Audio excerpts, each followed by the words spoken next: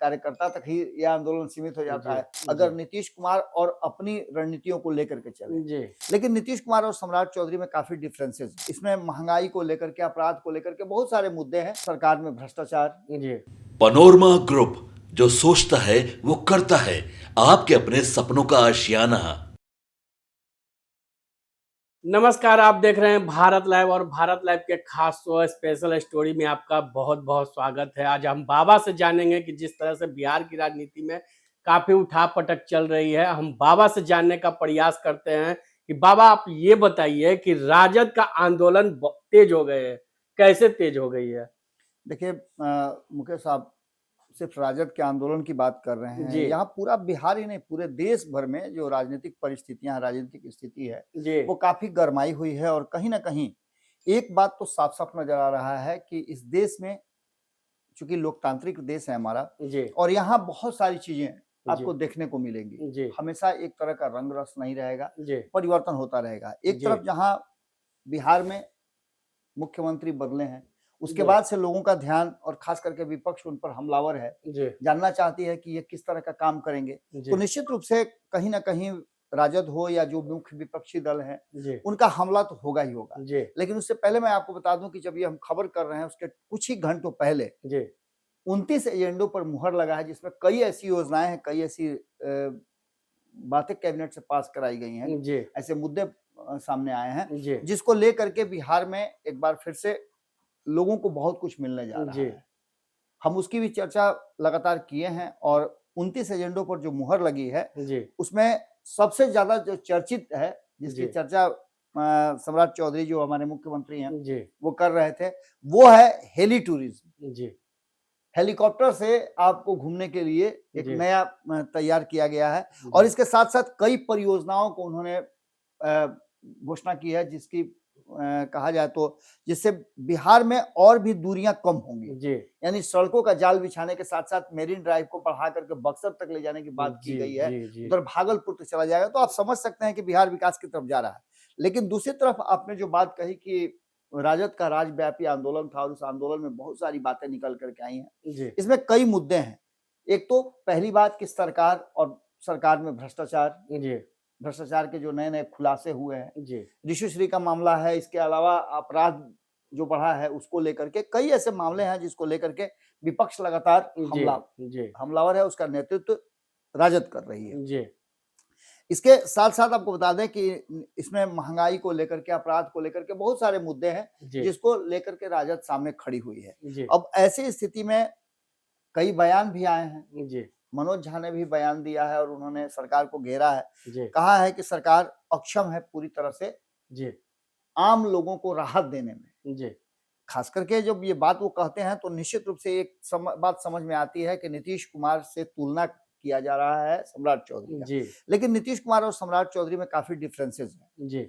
सम्राट चौधरी बेहतर मुख्यमंत्री बन सकते हैं अगर नीतीश कुमार और अपनी रणनीतियों को लेकर के चले।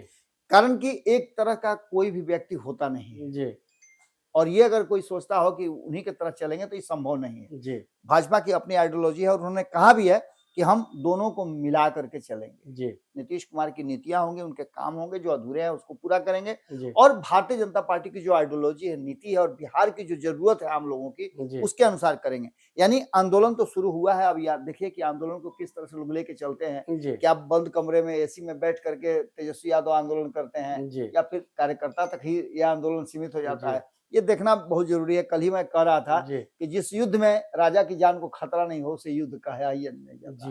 तो खैर ये तो आंदोलन चलता ही रहेगा। जी बाबा, मेरा अगला सवाल है बिहार चुनाव पर एडीआर रिपोर्ट में क्या है? देखिए एडीआर की रिपोर्ट की बात अगर करें तो एडीआर की रिपोर्ट चुनाव के बाद आई है और इस रिपोर्ट के आने के बाद से काफी हलचल बढ़ी है। इस रिपोर्ट में कई ऐसी जानकारियां हैं जिसमें खास करके जो चंदा वाली बात है उसको लेकर के बड़े खुलासे सामने आए हैं। इसमें खुलासा में ये हुआ है कि अगर एक निजी अखबार की माने तो बिहार चुनाव में राजनीतिक दलों ने 281 करोड़ रुपए का चंदा लिया था। चंदा मिला था उन लोगों को, जिसमें से विभिन्न पार्टियों ने प्रचार प्रसार में 193 करोड़ रुपए से अधिक खर्च किए हैं। इस रिपोर्ट के आने के बाद पारदर्शिता को लेकर के विपक्षी दलों में काफी आक्रोश भी है और जी। वो जानना चाहती है कि आखिरकार कहाँ ये गड़बड़ हुई। जी। पहले से ही आपको पता है जी। कि बिहार में जिस तरह से एनडीए गठबंधन को लैंडस्लाइड विक्ट्री मिली, 202 जी। सीटें मिली। जी। अभी-अभी पश्चिम बंगाल में भी 200 से अधिक सीटें मिली। जी। जी। इसको लेकर के भी कहीं न कहीं जी।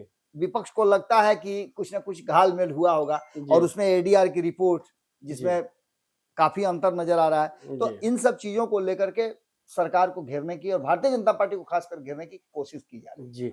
बाबा मेरा अगला सवाल है, कृषि मंत्री शिवराज सिंह चौहान बिहार दौरे पे हैं, जैसा कि देखिए आज आपसे भी मिले हैं वो। जी शिवराज सिंह चौहान आए हुए थे और बिहार के कृषि मंत्री विजय सिन्हा भी उनके साथ थे। जी। इसके अलावा मंत्री जो हैं नगर विकास के जी। नीतीश मिश्रा वो भी उनके साथ थे जी। और हमारे यहाँ जो सिद्धेश्वरी काली मंदिर जी। है उस जी। मंदिर में भी दर्शन के लिए आए थे। जी। और कई जगह उनका कार्यक्रम था। इसके बाद गोलघर में जाकर के उन्होंने स्वच्छता अभियान चलाया। जी। देखिए नरेंद्र मोदी के 12 साल पूरा होने के बाद अलग-अलग कार्यक्रम हो रहे हैं। उसी कार्यक्रम का एक हिस्सा ये भी था। जी। लेकिन इसके साथ-साथ शिवराज सिंह चौहान बिहार आए तो एक बड़ी बात उन्होंने कही है। जी। उन्होंने कहा है कि बिहार को ये अधिकार है कि कानून बना करके, कृषि कानून बना करके जी। और बिहार के कृषकों को, बिहार के किसानों को जी। बेहतर विकल्प आप उपलब्ध करा सकते हैं। जी। जी। कारण कि 80% जो हमारा रेवेन्यू है वो किसान से ही आता है। जी। आपको याद होगा कि मैंने एक खबर के दौरान बताया था कि विजय सिन्हा को जो विभाग मिला है उस विभाग को भले ही लोग समझ रहे हो कि उनको सेंट्रिंग पोस्ट दिया गया है, जी। लेकिन बिहार को अगर विकसित राज्य की श्रेणी में लेके जाना जी। है जी। तो उसमें किसानों की बड़ी भूमिका होगी।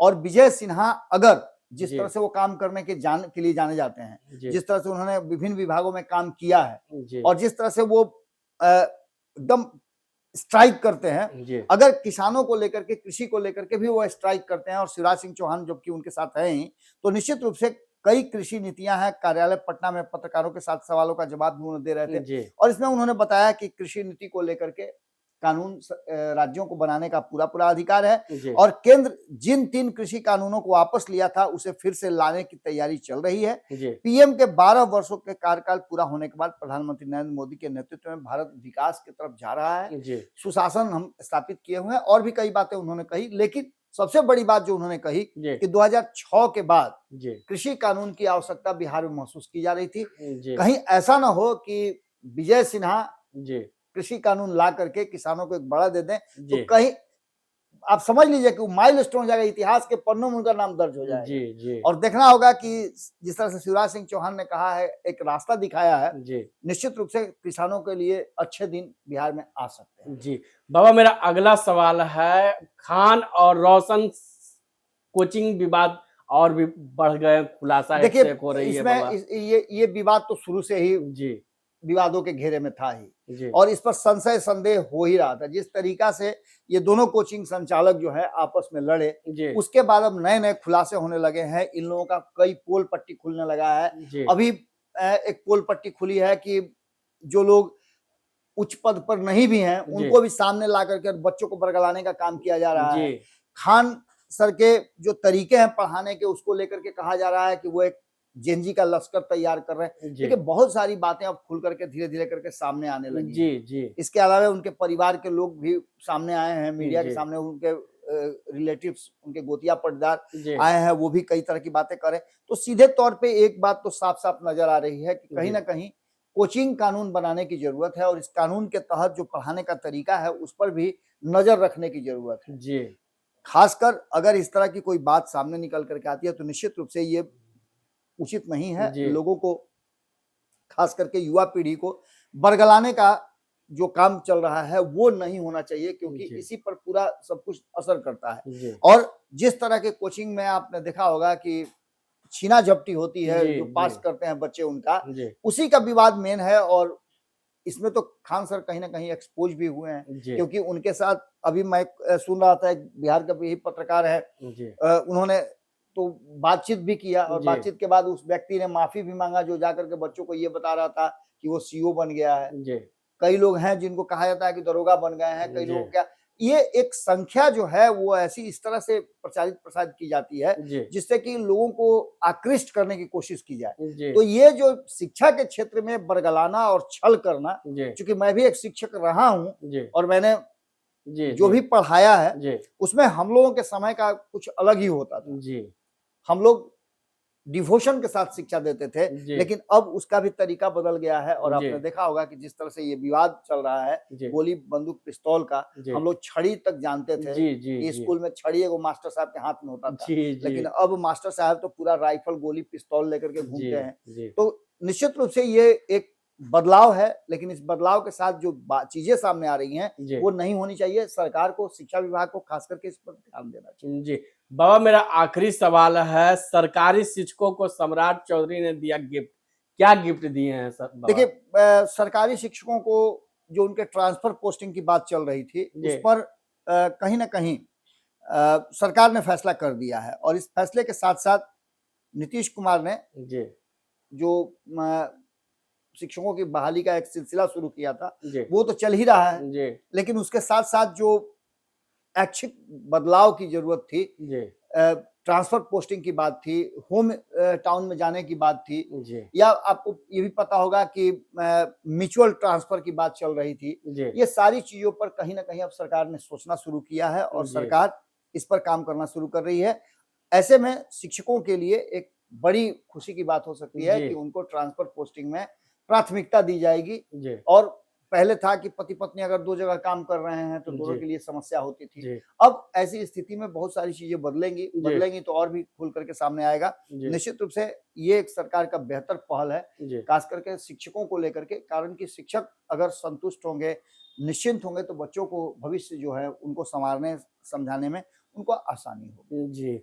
तो चलिए, आपने तमाम खबर तो सुन ही लिया, लगातार आपको बाबा ने सारी खबर की जानकारी दे दी, शिक्षकों को सम्राट चौधरी ने बड़ा तोहफा भी दे दिया।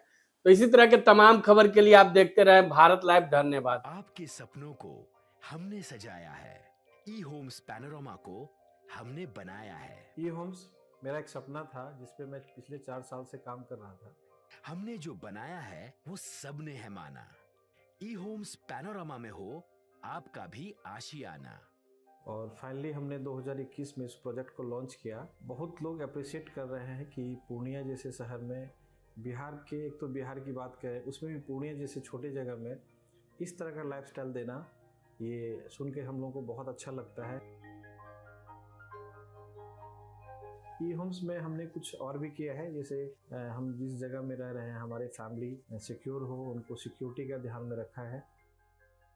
आपकी सुविधा और सुरक्षा आपके लिए खास है, ये आपका विश्वास है। इसमें आर्टिफिशियल इंटेलिजेंस का 7 लेयर सिक्योरिटी का हमने इस्तेमाल किया है। लस ग्रीन कैंपस को बनाया है। यदि हमारा बाउंड्री वाल है तो वो वर्टिकल गार्डन है। ये जितनी भी फैसिलिटी होता है एक इंटरनेशनल टाउनशिप में ई होम्स है, ये हम लोग विश्वास नहीं कर पा रहे हैं। जो भी हमारे मित्र, दोस्त या जो भी हमारे बाहर के बाहर आते हैं तो हम लोगों को बहुत अच्छा सुनने को मिलता है और बहुत अच्छा क्रेडिट मिल रहा है। वो सारा हमने सिर्फ एक बिल्डिंग नहीं बनाया, हमें एक बहुत अच्छा लाइफस्टाइल दिया ई होम्स में, और मेरा एक सपना था जिसको मैं आज फुलफिल होते हुए देख रहा हूँ। ये आपका आवास है। ई होम्स पैनोरामा में अब आपका निवास है। E Homes Panorama, luxurious lifestyle redefined. Panorama group, जो सोचता है वो करता है। अगर ये वीडियो पसंद आई और वह बिहार के राजनीति और बिहारियत से सरोकार रखेनी तो सब्सक्राइब बटन दबा के चैनल के सब्सक्राइब कर ली। ओजे एगो घंटी बा, ओकरा बटन दबा देला से कुल सटीक और मारक खबर रुआ मुफ्त में मिल जाई। अगर रुआ पत्रकारिता के हमनी के नया प्रयोग में सहयोग कर चाहतानी तो ज्वाइन बटन दबा दी। पेटीएम नंबर नोट कर ली 9386816700।